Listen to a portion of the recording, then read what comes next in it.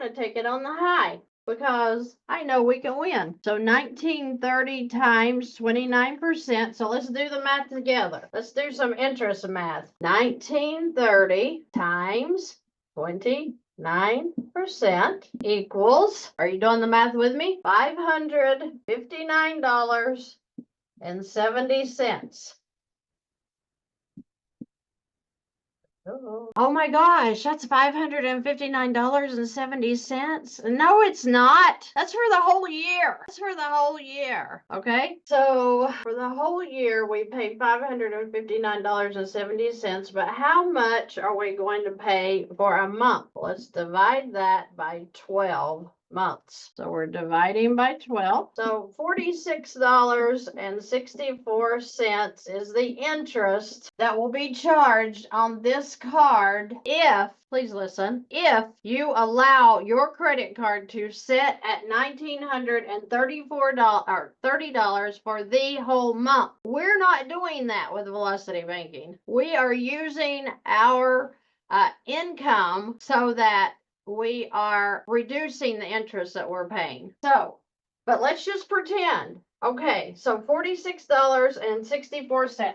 So that's our interest, $46.64, and let's just make it 47 to make the math easy. So $47 in interest applied. So we've got $950 for our balance. And oh my goodness, we could still do $100 going in to cover our car insurance. But what happened? Do you see? We have $927 in cash flow here. We can only put $850 in here to pay this sucker off. We can keep using this for car insurance, or we can move it over to another credit card. So the $850 goes in here to pay the card off. You still have, so let's do our math, 927, subtract 850. We still have $77 that we could start on credit card number 2, or we could start on credit card number 1.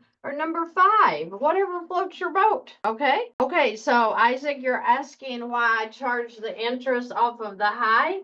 I only did that to show that you're going to win no matter what your interest is. Because people are so concerned about, well, what's the interest on that HELOC? What's the interest on that credit card? What's the interest on your personal line of credit? I don't care. We just showed you can pay 29% on the high balance and win. What would the real balance be here on interest? Well, it's an average. So the average daily balance is what the insurance companies, is what the credit card companies charge the interest. That's how they calculate it. Okay. So if you're taking the average of 1930 and 903, divide that by 2, that's $1,400 and about $17 that they're going to be charging or calculating the interest on. So take that times 29%, divide by 12, it's going to be about $35, not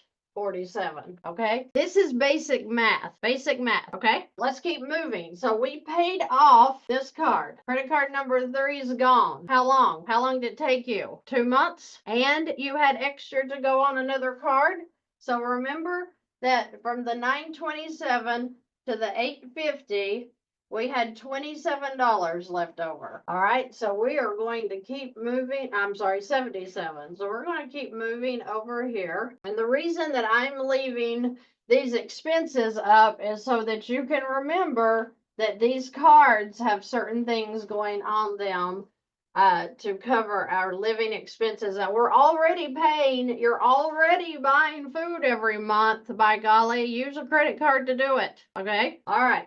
So let's go to the next card. We paid this one off.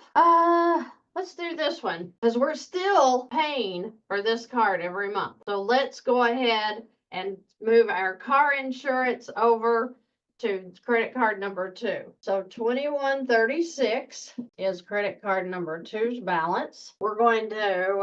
We already paid the $100 on the credit card before for the car insurance. So let's don't pay it this month, okay? Let's just do that $77 that we had in cash flow. Oh my gosh, what just happened?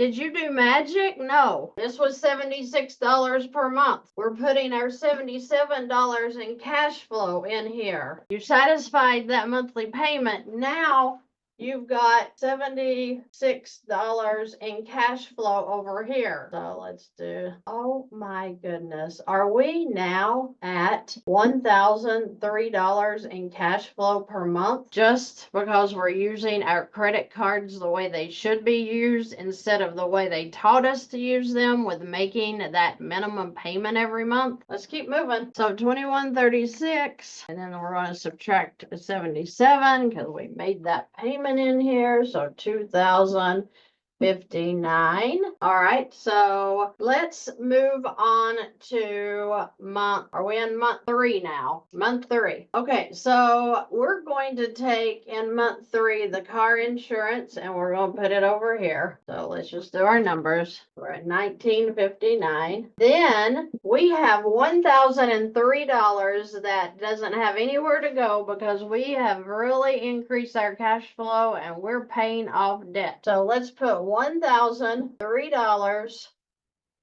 of our cash flow into this card. Okay.